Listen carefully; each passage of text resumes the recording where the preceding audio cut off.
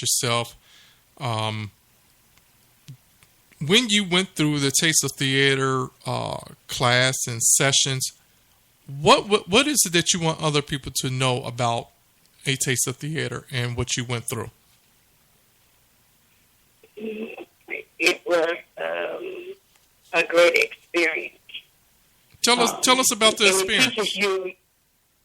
I'm sorry, I didn't hear you. Tell us about the experience that you went through. What is it like? What's the first thing you want people to know when you go into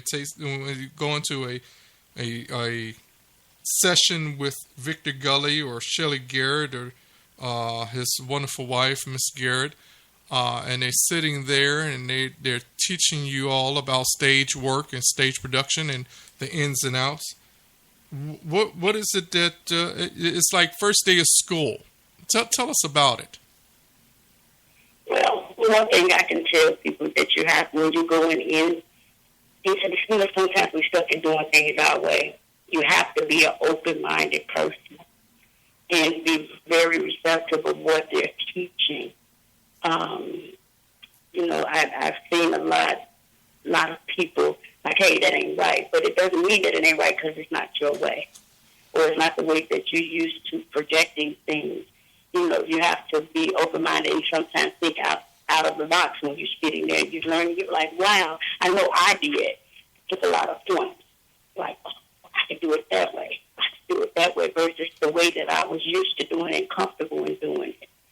And if I can encourage anybody to be a part of that, you learn a lot. It's very informative, and you learn a lot from them. Especially the ones that's been out and traveling and doing this and that. Everybody's not on the same level. And all I can think about is say, that's the level I want to get to, so I'm going to listen and learn how to get there. And that's what I can use with people. Encourage them when you go and you get this information, just be open-minded and see how you can apply it to the things that you're doing, to your goals, to your dreams. Okay. If I can encourage anybody. Okay. So, did you quit your job to go into being a full-time playwright, or do you? No. Okay. No, I have not. I am still working for the county. Oh. As of right now, but that is my dream. Okay. To pursue it. To be full-time. But I got to move when God tells me to move. I'm doing the right things to get to where I need to go, but I can't move until He tells me to move. Okay. So what would you tell a new young lady who, or a gentleman who wants to get into being a playwright? What are some of the steps that you would recommend them to follow? Make sure they have a goal. Make sure they get the key principles of playwriting. See, sometimes we got gifts that God gives naturally, but then you need some other things to sharpen those things up. And that's one thing that I learned from writing in church versus writing on the stage is that you think you got it together. But in reality, you need these other key pointers to keep you sharpened up. And I would, if there was someone else coming out and trying to do it, I'd say, hey, you got to make sure you think it out. You got to have a plan A and plan B. You have to make sure you have all these things that lays the foundation for you before you can really build on the stage. And that's something that I learned the hard way. It was a struggle, my very first play on the stage, because I didn't really know what it really took. Because when you're in the church, it's a lot different. You have to have a stage built. You have to have all your props. You have to make sure this is right, the audio is right. All of that was things that I didn't really experience until that first time. So if I can encourage anybody if they're trying to get out there and start writing plays, for something to get the basics of what you need, all your requirements, what it would cost. You got to have a plan laid out, because if you don't, you will choke yourself. Wow. Okay. How much support did you have with your family with your first production? I'm sorry, can you repeat that? How much support did you have with your family or your friends? How many friends did you have support you in your endeavors? Well, mostly all my family supported me and still is a great support of me. Anything that I set out to do, they're right there. I give shout out to my church family as well. Oh, okay. You want to give a shout out to your church? They are very supportive. You want to give a shout out to your church? What church is that? Greater First Baptist, 751 North Parkside, with the Honorable Thomas D. Evans as my pastor. Oh, okay. All right. There we go. Give a little shout out to your church. So I love my church. Okay. They're part of my work. Okay. If there was a stage play that you would like to see redone, which one would that be? The Diary of a Mad Black Woman. Diary of a Mad Black Woman. Okay. Mm-hmm. How would you what would you think of it as an all white cast? As an all-white cast? Yes. Do you think that would work? A Diary of a Mad Black Woman? Oh, no, it wouldn't. I mean, no. No? I mean, you never know. You never know if I had to portray someone other than who I am. If I had to portray that person and I learned that person, then I think I could project that person. So I take that back. Okay, what about Diary of a Mad Black Man? Same thing. Okay. If I had to portray that person, then I would learn that person, then I would project that person. You know, you have to get out of self then. Now, you have to become whoever that character is. Now, with today's society, with the police brutality and the shootings and things of that nature and the same-sex marriage, do you feel that is something that needs to be portrayed on stage right now? Or is it just a little bit too much right now out in the mainstream? Do you feel it's okay to put that out here on a stage play and let people see it? But I mean, there's all different types of plays out here, from sexual molestation to drug abuse to church plays to what is it that do you feel that is a little bit over the line for plays? Well, as far as the police brutality, the thing is with that is that is nothing new, you know. And so even though it's more visible now and it's happening more than we can see on TV, it's nothing new.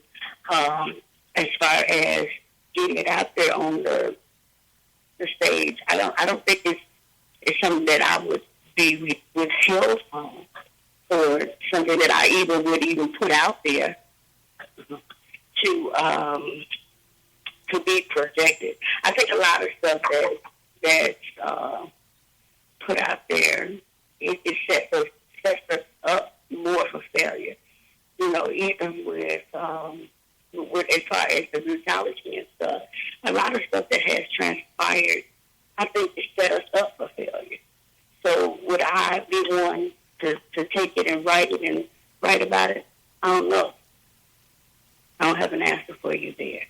Okay. I'm not sure, but I can tell you this, that it is not something that just started. Wow. It's not something that just started. So your work is more geared to what genre of audience? Say that one more time. I'm sorry. Your stage work, your work is mainly geared to what genre of audience? Is it? Well, it's basically battered women and children. Is what I have started out as. Trying to reach out to some of the battered women, and the battered women with children that's struggling every day. That you never know what people go through. And happening, some of these women have been through extreme hell, but they still have to hold their chest up and hold their head up, stick their chest out for their children, and they're still in the battlefield of the mind. And I just want to reach out and say, hey, there is a way out. Because at some point, me personally, thought I was losing my mind. But in reality, it was all a setup for me today to be able to help someone else. Okay. So you want to tell our audience where your production is going to be held at and how much are the tickets? Tickets normally run from $20 to $25. We have set up at the Sankofa Culture Center. I didn't hear you. Said it again? We set up for April at the Sankofa Culture Center, which is located at 5730 West Chicago Avenue. Okay. All right. And what's the time frame? Is there going to be a red carpet? No. I've been trying all different kinds. It's just going to be a play. Last time I held it was a play and a dinner. So I'm just trying various ways, and I was going to do a reception, but I changed my mind at that as well. So it's just going to be regular play. So I'm kind of familiar with the facility right over there. You said the SOCO, right? SAKOUTA, right? Yes, Sankofa. So it's between Menard and Mayfield on Chicago Avenue. Okay. So are you going to have it in the front part of the facility and the dinner in the back part, or how are you going to have it all in one area? One place. Okay. How many guests are you expecting? Around about 200. When I first put Bag Lady, we had about 250 in the standing room only, and I was grateful that people decided to stay, even not being able to sit down. So I was grateful for that as well. Wow. Okay. So you're going to pack jam the place, huh? That's my prayer. Okay. Okay. So is that where you had it before? Yes, I've had it at Sankofa, and I can't even remember the other hall where we first initially put it on at the Bethel something hall on Lamont in Division. Now, let me ask you this question. I've talked to many playwrights, and they've talked about what they have gone through and for the price of different venues and things of that nature. Why on the west side of Chicago, and why that facility? Well, you know what? I have recently been trying to keep it in our neighborhood. I am, in future endeavors, is trying to get it out down at the Chicago Theater. I have been talking back and forth with them as far as trying to get a contract. But you and I both know that they are very expensive, and they have so many different requirements, and I have to make sure that I don't want to bite off what I can't chew, basically. So I want to wait, and as far as getting outside of the west side itself, when I'm able to do so. Well, I we'll throw it out your way. A hint. I hear the doors knocking. I guess people are trying to come in and sign up to be a part of your production, because people are just banging on your door like, will you hurry up? Get out of there. Get out there. Oh, no. I'm actually at work. Oh, you're at work. Okay. Yes. All right. Well, I don't want the Cook County assessor to do anything with my taxes or anything with my property. Lord have mercy. No, I'm going to keep that on the DL. So I want to thank you very much, Miss Tiffany Brown. Ladies and gentlemen, if you want more information from Miss Tiffany Brown, she's an author. She will be gladly to talk with you more in depth. Give us that date again, Miss Brown. Hello? I'm sorry, I couldn't hear you. I said, give us a date of your event again. It's over the 27th. Okay. 8 p.m. So it's open at 7. Well, I would like for you to come to the station. I know you're at work. I did not know you were at work. Now I know. But we would like to extend our open arms and have you come to the station. And if you like, we would like to push your tickets for you. Okay. So please, we will send you the information. Tiffany Smith, our program director, she will send you the information. Ladies and gentlemen, put your hands together for Miss Tiffany Brown.